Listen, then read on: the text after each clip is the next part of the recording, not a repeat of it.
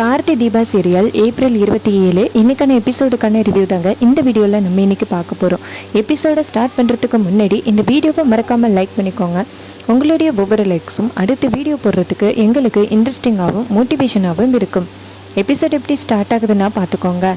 நம்ம அருணாச்சலம் அபிராமி கிட்ட சொல்கிறாங்க, இங்கே பாரு அபிராமி, நீ நினைக்கிற மாதிரி இல்லை, நம்ம பிள்ளை போட்டியில் ஜெயிச்சிட்டான் அப்படின்னு. இதை கேட்டதோட செம்ம சந்தோஷப்படுறாங்க அபிராமி. அப்போ ரியாவும் ஐஸ்வர்யாவும் மூஞ்சியை தூக்கி வச்சுக்கிட்டு நிற்கிறாங்க. அப்போ நம்ம மீனாட்சியும் மைதிலியும் சேர்ந்து வீட்டு வாசலில் வெடி வெடித்து கொண்டாடுறாங்க. அப்போ ரியாவும் ஐஸ்வர்யாவும் அவங்களுடைய சந்தோஷத்தை பொறுக்கவே முடியலை. அப்போ ரியா நேராக மீனாட்சியோட அப்பா அம்மாவுக்கு கால் பண்ணி வீட்டுக்கு வர வச்சிடுறாங்க. அப்போ அவங்க ரெண்டு பேருமே வீட்டுக்கு வந்துட்டு மீனாட்சி எங்க அப்படின்னு கேட்க, அப்போ நம்ம தீபா ஓடி போய் மீனாட்சியை கூட்டிகிட்டு வராங்க. அப்போ அவங்க கேட்குறாங்க, அந்த பொண்ணு சொன்னது உண்மைதான் போல, என் பொண்ணு இந்த வீட்டை விட்டு போயிட்டு கெஸ்ட் ஹவுஸில் வாழ்ந்துக்கிட்டு இருக்கா அப்படின்னு சொல்கிறாங்க. அப்போ மீனாட்சி சொல்கிறாங்க, அம்மா நீ நினைக்கிற மாதிரியெல்லாம் இல்லை, நானும் அவரும் சந்தோஷமாக தான் இருக்கோம். தீபாவோட அப்பா அம்மா கெஸ்ட் ஹவுஸில் தங்கியிருக்காங்க, அவங்கக்கிட்ட கொஞ்சம் நேரம் போய் பேசுகிறதுக்காக உட்காந்துருப்பேன். அதை போய் யாரோ பார்த்து தப்பாக புரிஞ்சு உனக்கு கால் பண்ணி சொல்லியிருக்காங்க, நானும் அவரும் சந்தோஷமாக தான் இருக்கோம் அப்படின்னு. அப்போ மீனாட்சியோட அம்மா கேட்குறாங்க, அப்புறம் எதுக்குடா நீ அங்கே போய் உட்காந்துருக்க? ஏதோ ஒரு பொண்ணு நீ வீட்டை விட்டு போயிட்ட, உன் புருஷன் இன்னொரு கல்யாணம் பண்ணிட்டான்னு எனக்கு கால் பண்ணி சொன்னான். அதை கேட்டதோட என் மனசு எப்படி தவிச்சு போச்சு தெரியுமா? இங்கே பாருடா, இனிமேல் நீ அங்கெல்லாம் போய் உட்காந்துருக்க வேணாம், நீ இங்கேயே உட்காந்துருமா அப்படின்னு. இதை கேட்டுட்டு மீனாட்சியும், அம்மா நான் இங்கே தான் இருக்கேன், உங்கள் கண்ணு முன்னாடி சந்தோஷமாக தான் இருக்கேன், நீங்கள் வேணும்னா இப்போவே ஆனந்துக்கு கால் பண்ணி கேளுங்க அப்படின்னு சொல்லிட்டு நேராக ஆனந்துக்கு மீனாட்சி கால் பண்ணுறாங்க. கால் பண்ணி, இங்கே பாருங்கள், இது மாதிரி என் அப்பா அம்மா வீட்டுக்கு வந்திருக்காங்க. எதனால் வந்திருக்காங்கன்னா, நான் இந்த வீட்டில் சந்தோஷமாக இல்லை, நீங்கள் இன்னொரு கல்யாணம் பண்ணிட்டு வந்துட்டீங்க, இதனால் நான் கோச்சிக்கிட்டு இன்னொரு வீட்டுக்கு போயிட்டேன்னு யாரோ ஒருத்தவங்க அம்மாவுக்கு கால் பண்ணி சொல்லியிருக்காங்க. நீங்களே சொல்லுங்கள் ஆனந்த், நான் சந்தோஷமாக தானே இருக்கேன் அப்படின்னு. அப்போ ஆனந்த் நேராக அவங்க அம்மாட்ட, இங்கே பாருங்கள் அத்தை, நானும் மீனாட்சியும் சந்தோஷமாக தான் இருக்கோம், யாரோ ஒருத்தவங்க உங்ககிட்ட தப்பாக சொல்லியிருக்காங்க அப்படின்னு. இது கேட்டதோட அவங்களும், சரிப்பா, யாரோ ஒருத்தவங்க சொன்னதை கேட்டுட்டு உங்களை நான் தப்பாக நினச்சிட்டேன், மாப்பிள்ளை உங்களை நேரடியாக பார்த்துட்டு போகலாமா அப்படின்னு. அதுக்கு ஆனந்த் சொல்கிறாரு, இல்லைத்த, எனக்கு கொஞ்சம் நிறைய வேலை இருக்குது, அதனால் நான் வேலையை முடிச்சுட்டு வரேன் அப்படின்னு. இதை கேட்டுட்டு அவங்களும் சரி அப்படின்னு சொல்கிறாங்க. அப்புறமா மீனாட்சி ஃபோனை வாங்கிட்டு, அம்மா இப்போயாவது புரியுதா, நானும் அவரும் சந்தோஷமாக தான் இருக்கோம், எங்களுக்கு எந்தவித பிரச்சனையும் இல்லை அப்படின்னு. அப்போ மீனாட்சியோட அப்பா அம்மா சொல்கிறாங்க, அப்புறம் எதுக்கு ஏதோ ஒரு பொண்ணு எங்களுக்கு கால் பண்ணி இது மாதிரி நான் சந்தோஷமாக வாழலைன்னு எதுக்காக சொல்லணும் அப்படின்னு. அதுக்கு மீனாட்சி சொல்கிறாங்க, அதாம்மா எனக்கும் புரியலை, இது மாதிரி பெரிய இடத்து பொண்ணுங்களோட வாழ்க்கையை கெடுக்கிறதுக்குன்னு சில பேர் இருப்பாளுங்க, அவளுக்கு தான் சொல்லியிருப்பாளுவோ, நீங்கள் அதையெல்லாம் நம்பாதியம்மா அப்படின்னு. இது கேட்டுட்டு மீனாட்சியோட அம்மாவும், சரிடா நான் வீட்டுக்கு கிளம்புறேன் அப்படின்னு சொல்லிட்டு கிளம்புறாங்க.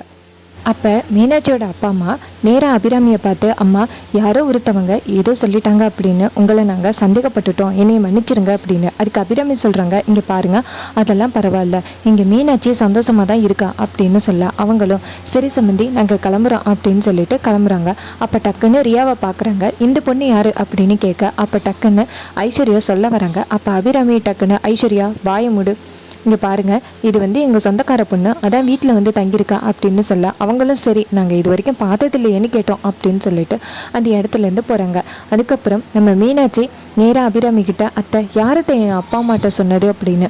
அப்போ ரியாவும் ஐஸ்வர்யாவும் முழிச்சுக்கிட்டு நிற்கிறாங்க. அப்போ அபிராமி சொல்கிறாங்க, வேறு யாராக இருக்கும், இந்த வீட்டில் சில ஜந்துக்கள் இருக்குல்ல, அதுங்க தான் சொல்லியிருக்கோம் அப்படின்னு. இதை கேட்டுட்டு ஐஸ்வர்யாவும் ரியாவும் இரிட்டேட் ஆகி அந்த இடத்துலேருந்து போகிறாங்க.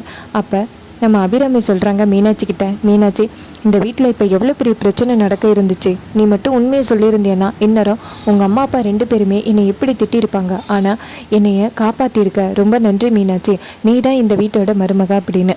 அதுக்கு மீனாட்சி சொல்கிறாங்க, அத்தை நான் காப்பாற்றினது என்ன காரணம் தெரியுமா, உங்களை யாரும் எதுவும் திட்டிடக்கூடாது, நீங்கள் எனக்கு அடுத்த அம்மா மாதிரி, அதனால தான் என்னால் போய் சொல்ல முடியலை, நீங்கள் சந்தோஷமாக இருக்கணும், எனக்கு அது மட்டும் போதும் அப்படின்னு. அப்போ அபிராமி சொல்கிறாங்க, இந்த குடும்பத்தோட நிம்மதியையும் சந்தோஷத்தையும் யோசிக்கிறான், ஆனால் இந்த வீட்டில் உனக்கு எவ்வளோ பெரிய துரோகம் பண்ணியிருக்கோம் அப்படின்னு. அதுக்கு மீனாட்சி சொல்கிறாங்க, அத்தை எல்லாருக்கும் விதிப்படி தான் நடக்கும் அப்படின்னு சொல்லிட்டு சோகமாக அந்த இடத்துலேருந்து போகிறாங்க. அப்போ நம்ம தீபா சொல்கிறாங்க, அத்தை சீக்கிரம் இந்த ரியா பற்றின உண்மைகளை ஆனந்த் மாமாவுக்கு புரிய வச்சு அந்த ரியாவை இந்த வீட்டை விட்டு துரத்தி மீனாட்சியையும் ஆனந்தையும் ஒன்று சேர்க்கணும் அப்படின்னு. அதுக்கு அபிராமி சொல்கிறாங்க, ஆமாம் தீபா, எப்படியாவது நம்ம தான் முயற்சி பண்ணணும். கார்த்தி வேறு வேலையில் சிக்கிக்கிட்டான், அதனால் அவனால் இந்த பிரச்சனையில் கான்சன்ட்ரேஷன் பண்ண முடியாது அப்படின்னு. அப்போ தீபா சொல்கிறாங்க, ஆமாத்த நம்ம தான் எப்படியாவது கண்டுபிடிக்கணும் அப்படின்னு. அதுக்கப்புறம் சீனை செட் பண்ணி அந்த ஆனந்தை காமிக்கிறாங்க. ஆனந்த் கம்பெனிலேருந்து நேராக வீட்டுக்கு வராரு. அப்போ ரியா சொல்கிறாங்க, இங்கே பாருங்கள், இன்றைக்கி அந்த மீனாட்சியோட அப்பா அம்மா உங்களுக்கு கால் பண்ணாங்கல்ல அப்படின்னு. அதுக்கு ஆனந்த் சொல்கிறாரு, ஆமாம் கால் பண்ணாங்க, அதுக்கு என்னப்பா அப்படின்னு. அதுக்கு ரியா சொல்கிறாங்க, இங்கே பாருங்கள், உங்களுக்கு இந்த மீனாட்சி இந்த வீட்டில் இருக்கணும்னு தோணுதா?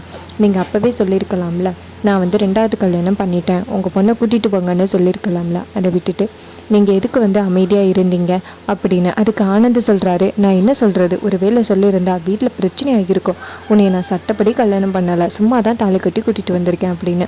அப்போ ரியா சொல்கிறாங்க, ஓ அப்போ நான் உங்களுக்கு சட்டப்படி பொண்டாட்டி கிடையாதா, அந்த மீனாட்சி தான் பொண்டாட்டியா? இங்கே பாருங்கள், அதெல்லாம் ஒத்தே வராது, நீங்கள் இப்போவே என்னைய சட்டப்பூர்வமாக கல்யாணம் பண்ணணும் அப்படின்னு. அதுக்கு ஆனந்த் சொல்கிறாரு, இங்கே பாரு ரியா, முட்டாள்தனமாக பேசாத, உன்னைய கல்யாணம் பண்ண சொன்னால் பண்ணிட்டேன், அப்புறம் என்ன வேணும் உனக்கு அப்படின்னு. அதுக்கு ரியா சொல்கிறாங்க, இங்கே பாருங்கள், அப்போ உங்களுக்கு மீனாட்சி தான் பொண்டாட்டியா? நான் பொண்டாட்டி கிடையாதா?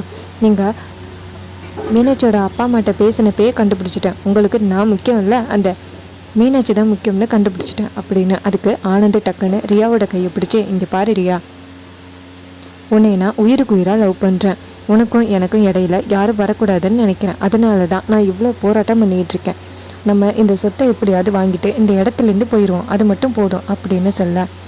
ரியா அவங்க சரி ஆனந்த், ஆனால் அதுக்கப்புறம் மறுபடியும் மீனாட்சியோட அப்பா அம்மா வீட்டுக்கு வந்தா நீங்கள் பிரச்சனைன்னு சொல்லி அந்த மீனாட்சியை வீட்டை விட்டு அனுப்பிடுங்க அப்படின்னு. இது கேட்டுட்டு ஆனந்தும், நீ முன்னாடியே சொல்லியிருந்தா இந்நேரம் அந்த மீனாட்சியை வீட்டை விட்டு துரத்திருப்பேன் அப்படின்னு சொல்கிறாரு.